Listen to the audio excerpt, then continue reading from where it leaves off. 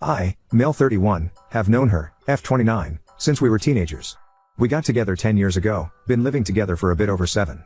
It's been the perfect relationship in pretty much every way. We support each other through everything. We have fun together. She's my best friend and I'm hers. We're as intensely in love as we've ever been.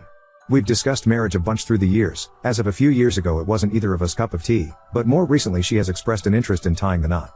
I don't really have an interest in marriage as a concept, but as I was intent on spending my life with her either way, if she needed a ring and a wedding I was more than willing to accommodate her. As of around half a year ago, I was in the planning stages of a proposal, had even started to look for a ring. I didn't spoil the eventual surprise, but based on our conversations on the matter I don't think it would have been very unexpected to her if I'd popped the question. If anything, she must be wondering what's taking so long, at this point. But our desires for the future have diverged in another way, that I can't just compromise over. She wants to be a mother, and I don't want to be a father. Much like marriage, for much of our relationship she didn't have such a desire, but now she does. Unlike marriage, however, parenting is not just a symbolic thing I can accommodate her on. She didn't pressure me to change my mind, but she has tried to gauge whether there was wiggle room on my end, whether I could see my opinion on the matter change. I can't. At this point, she has accepted that.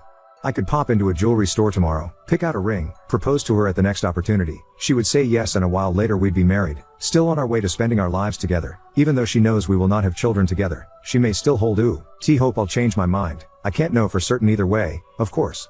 I get to be with her probably forever, which is really all I want. But she wants to be a mother.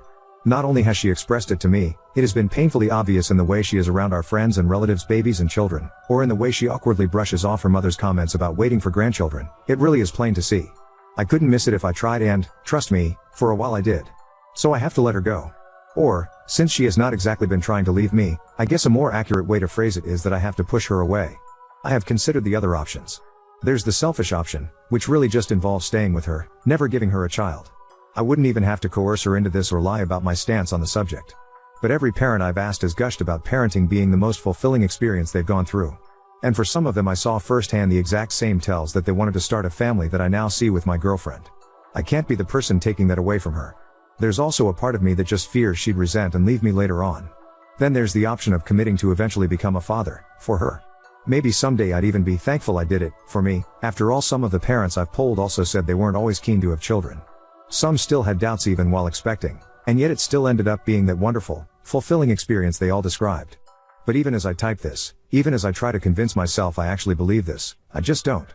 And while I've asked happy parents and healthy family units, there are also plenty of unhappy ones, or just shit ones, in this world.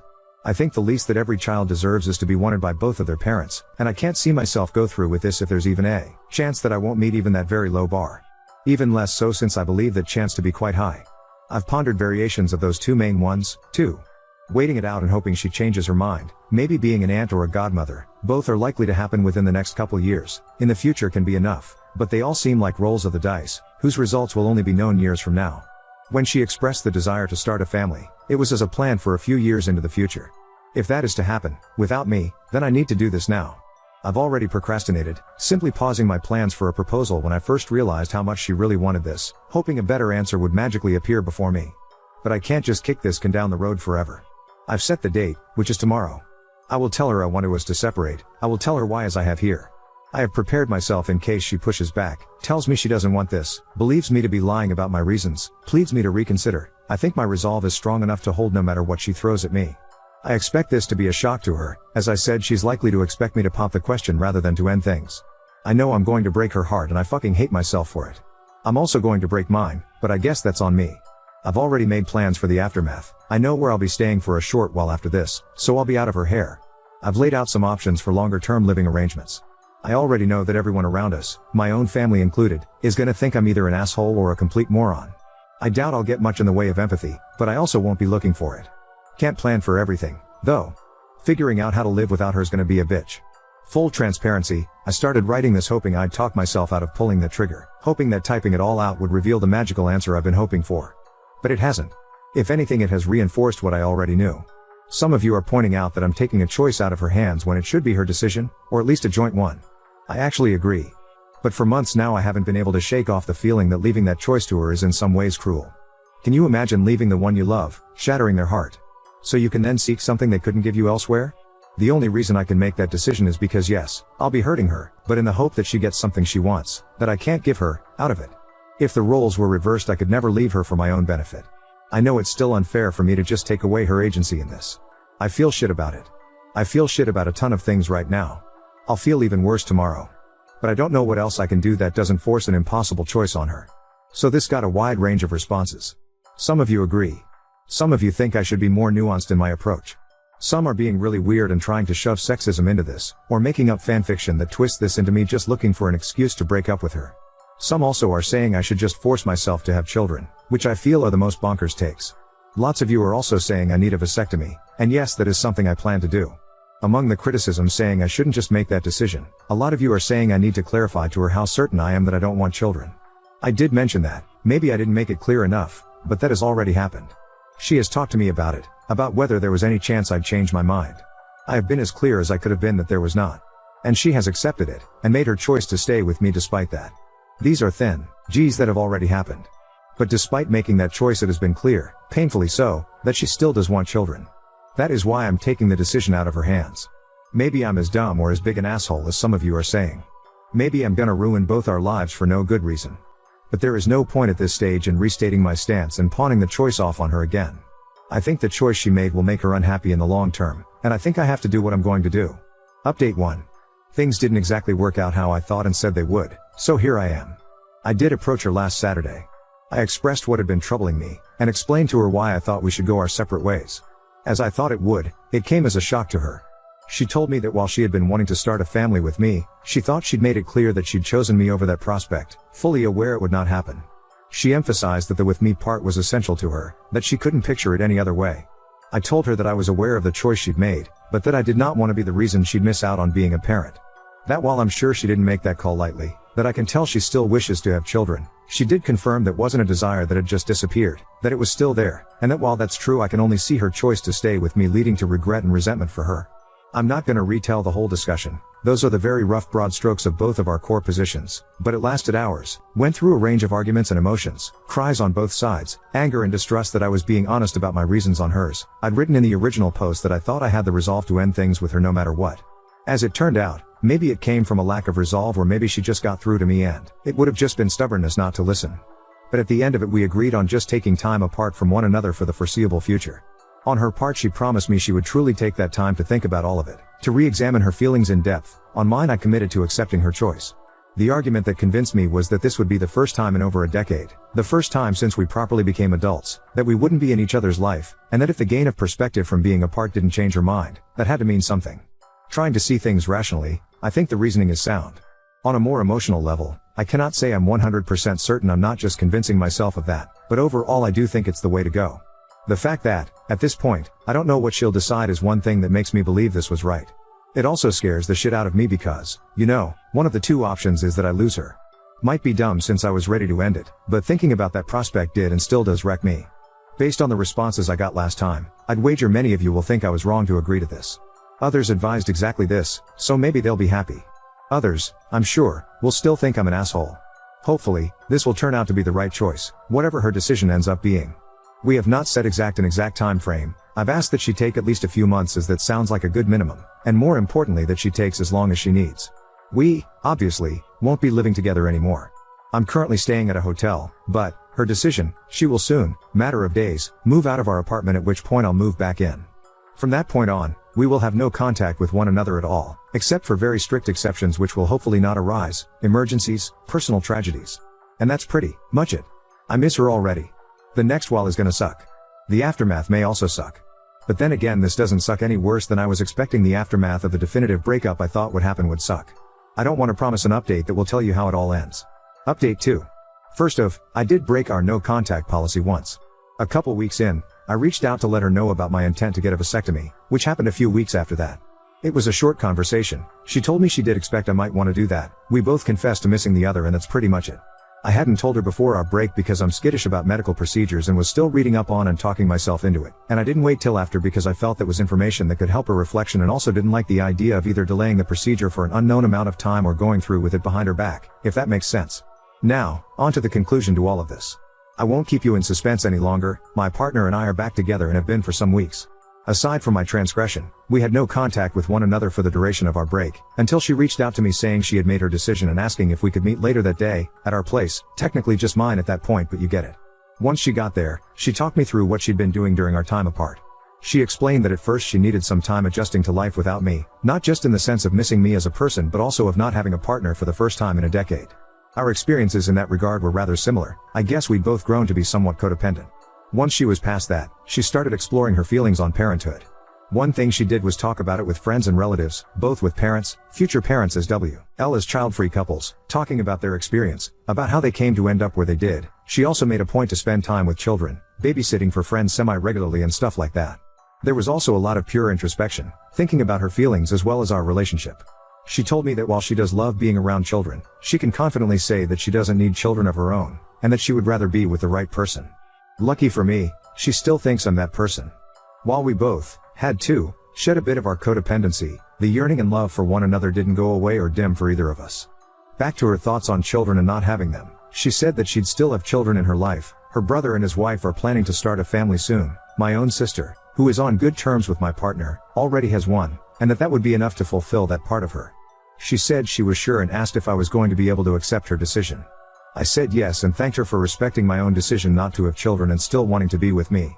We also talked about how worthwhile each of us felt this time apart had been. She said that while it ultimately didn't change her mind, it reinforced it, and she said that she could understand why I needed that added certainty.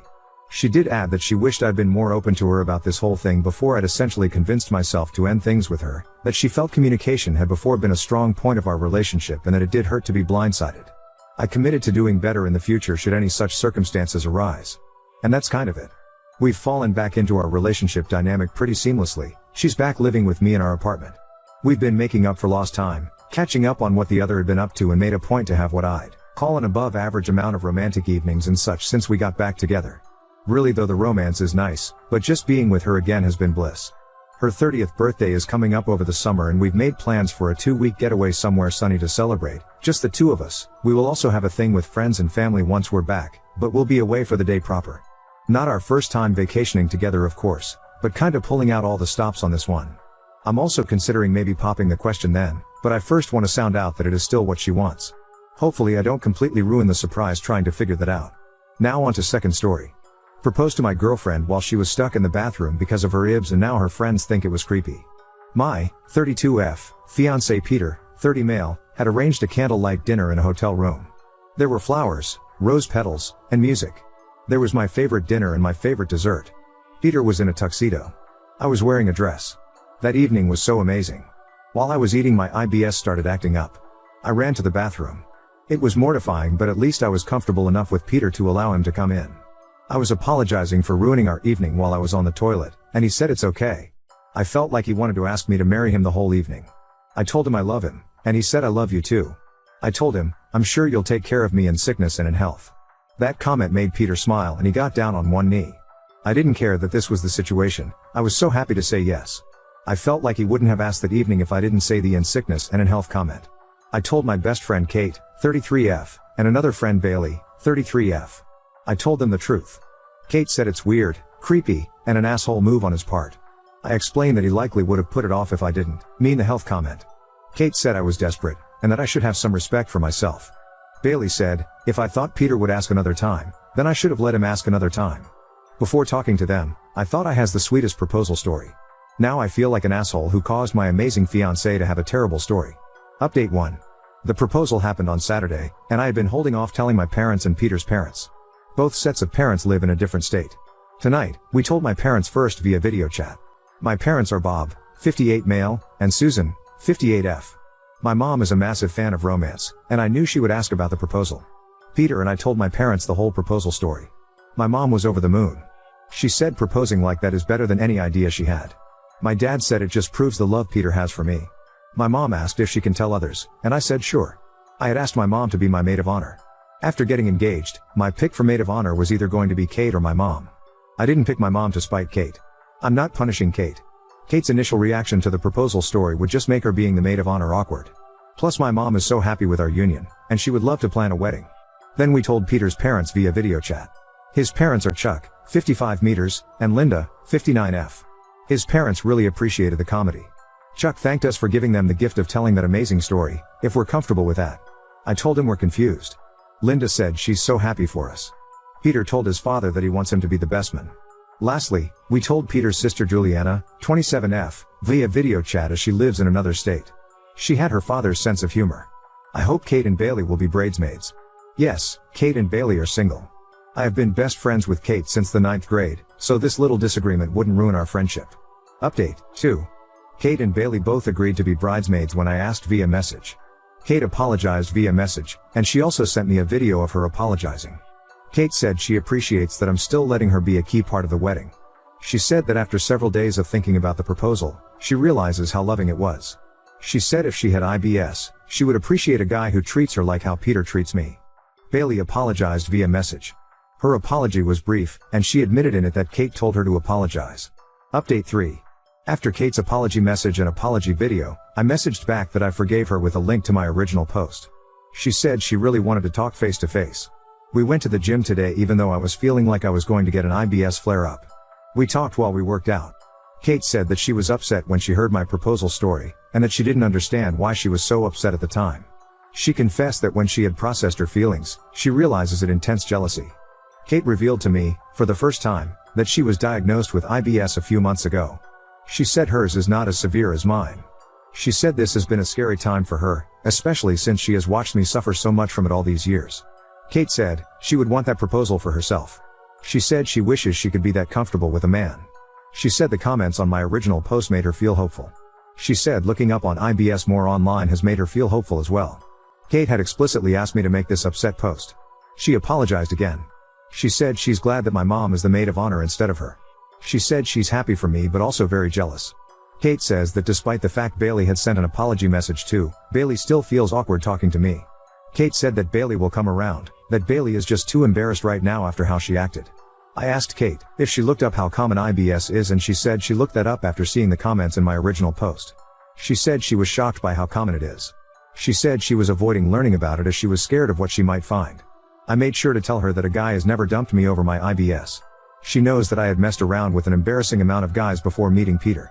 I told Kate the reason those hookups never progressed to anything real was because I was too ashamed to let a guy see the IBS part of my life. I told Kate that the person who told me I was ugly and nasty more than anyone was myself. Kate said she hasn't mentally adjusted to this yet, but she thinks she can. I told her she's my best friend, I love her, and that I will help her through this. I made a joke about poopy girls having to stick together. That made her smile. After the gym, I rushed home to the toilet to deal with the IBS flare-up I felt coming. To no one's surprise, Peter took care of me when he came home from work. He even helped me to take a bath as I was experiencing so much discomfort. I want everyone to know, Kate has been an amazing friend to me. The disagreement that was at the center of my original post was extremely out of character for her. I had made that post asking if I was wrong because Kate has always been very reasonable. Even with IBS, I'm happy. I have amazing friends, an amazing family, and obviously an amazing fiancé. So, if you don't hear much from me on Reddit, don't worry. I'm probably just living an amazing life. Even when I'm stuck on the toilet. Update 4. Right now, suffering from one of the worst IBS flare-ups of my life. Plus I have one hooper of a cold. But I have good news. Both Kate and Bailey visited me. Bailey now knows about Kate's IBS from Kate. I was so sick I was laying in bed when my friends visited. Peter was there to help me, of course. Bailey actually cried as she gave her first face-to-face apology her reaction to my proposal story. She apologized to both Peter and I. She even hugged me despite the fact that I have a cold. Peter and I both accepted Bailey's apology. I told Bailey that she doesn't have to be embarrassed to talk to me. My friends and I talked for a little before I needed to go to the bathroom. They wished me well before leaving. Peter took care of me, of course. I'm glad that I'm on good terms with both of my closest friends. I'm a 32-year-old with horrible IBS. I'm getting married to a 30-year-old man who loves me in sickness and in health. My fiancé is the sweetest, as he didn't let my sickness ruin his proposal. I had to rush to the bathroom during our dinner in our hotel room, and he asked me to marry him while I was on the toilet. He probably would have done it another time, but I made hints that I knew he wanted to propose. I'm incredibly happy. At this very moment, I'm suffering from both an IBS flare-up and a cold, so I have time for a Q&A.